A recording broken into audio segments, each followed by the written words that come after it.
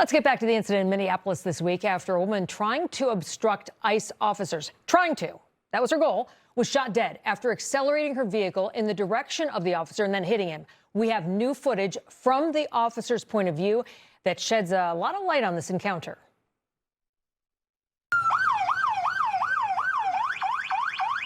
That's fine, dude. I'm not mad at you. Show your face.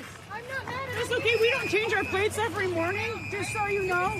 It'll be the same plate when you come talk to us later. That's fine. U.S. citizen. You want to come at us?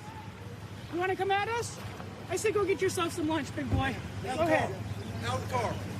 Get out of the car. Get out of the car. Whoa! All right, for more, let's bring in retired NYPD detective and former FBI Joint Terrorism Task Force Tom Smith, as well as Minnesota State Senator and candidate for governor in Minnesota, Peggy Bennett. We're also joined in studio all morning by our special guest, former journalist and senior policy analyst for CFACT, Melanie Collette, as well as Middle East expert and senior counsel at the Lawfare Project, Gerard Filitti. Thank you all for joining us. Tom, I want to begin with you.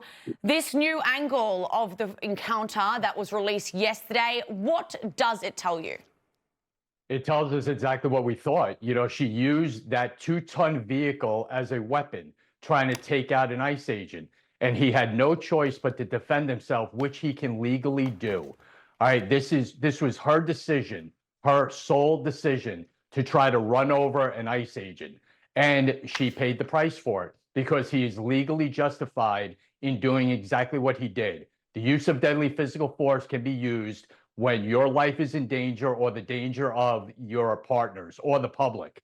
And that's what this shows. And the impact is so telling of how exactly he got hit, and his response to that, I think, was completely justified. And I think this angle plays a big role in that story. Peggy, I spent a lot of my life growing up in the Brainerd Lakes area, and it's normal up there. What is going on down in Minneapolis, St. Paul, and is this starting to spread? Do people, you know, the just general population in Minnesota, do they support these folks going out there and trailing ICE agents and trying to keep them from doing their job? That's a great question. And slight correction, I'm a state representative, not a senator, but give me a little promotion there.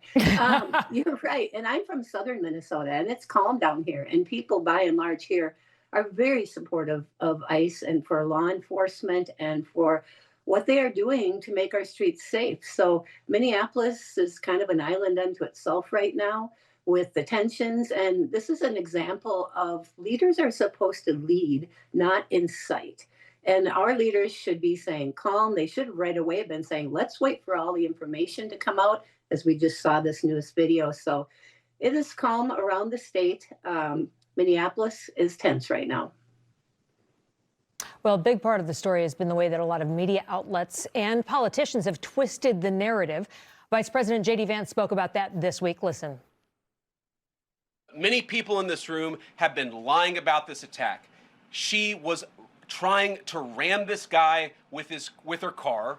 He shot back. He defended himself. He's already been seriously wounded in law enforcement operations before, and everybody who's been repeating the lie that this is some innocent woman who was out for a drive in Minneapolis when a law enforcement officer shot at her, you should be ashamed of yourselves. Yeah, and the politicians there keep on saying stuff. Mayor Jacob Frey saying that the self-defense argument is garbage, judging that immediately. Gerard, many on the left are making this a battle for hearts and minds. They're, you know, I guess saying we're trying to do our job and that's it, and these people are getting riled up. What do you make of the situation? How can they get it to just calm down?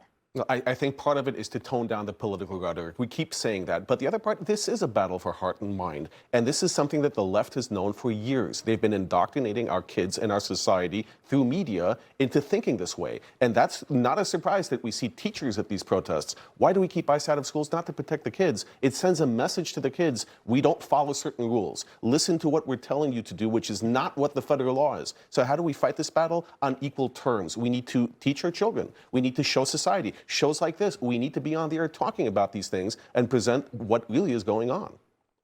Tom, we're also learning more about the deceased woman, Renee Good, and of course our thoughts are with her family because nobody should ever lose their life under any circumstances like this. But she was part of a an ICE watch group that trained activists to interfere with operations, including blocking vehicles. What kind of threats do these groups pose to law enforcement, and what kind of dangers, as we can see, are involved for the people who get involved in these groups?